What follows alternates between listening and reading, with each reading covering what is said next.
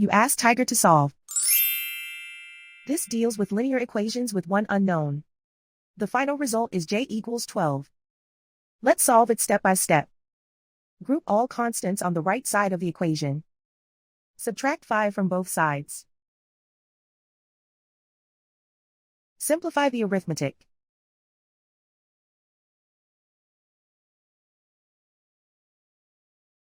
Isolate the j. Multiply both sides by 3. Group like terms. Multiply the coefficients.